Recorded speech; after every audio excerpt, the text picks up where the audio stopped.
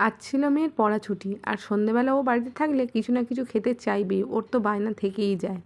তো বাইরে নিয়ে গিয়ে যে খাবো, এমন সময় হঠাৎ ঝমঝমিয়ে বৃষ্টি শুরু হয়ে গেল। তো মেয়ে বলল, মা দেখো না কিছু বানাতে পারো কি না। আমি বললাম চলো দেখি রান্নাঘরে কি আছে। বললো, মা চপ বানাও না, মুড়ি খাবো। আমি বললাম, চপ খাবি?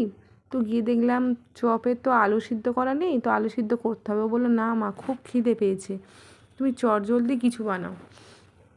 তো আমি ঝুড়ি থেকে একটা বেগুন নিয়ে নিলাম, নিয়ে ভালো মতো ধুয়ে স্লাইস করে কেটে নিয়ে নিলাম। তার মধ্যে একটু হালকা করে লবণ মাখিয়ে নিলাম। আর এখানে একটা বেসনের ব্যাটার তৈরি করে নিচ্ছিলাম।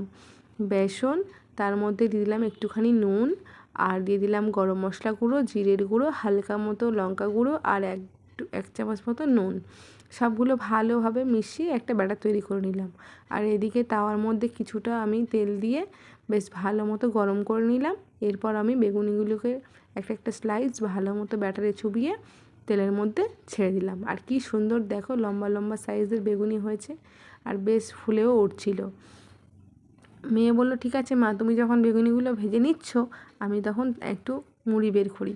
তো বাটিতে এদিকে আমি ভাজছি, আর ওইদিকে বাটিতে মুড়ি আর চানাচুর নিয়ে নিল। আর আমাকে বলল, মা বেগুনিগুলো ভাজার শেষে কিন্তু তুমি অবশ্যই 4টে শুকনো লঙ্কা ভেজে দিয়ে। আমি বললাম, কেন? বললো, মুড়ি মাখার সঙ্গে শুকনো লঙ্কা ভাজা কামড়ে খেতে বেশ দারুণ লাগে। তো দেখো আমার পুরো বেগুনিগুলো ভাজা হয়ে গেছে, আর এই যে লাস্টে শুকনো লঙ্কা ভেজে নিচ্ছি। জাস্ট জমে গেল আজকের সন্ধে।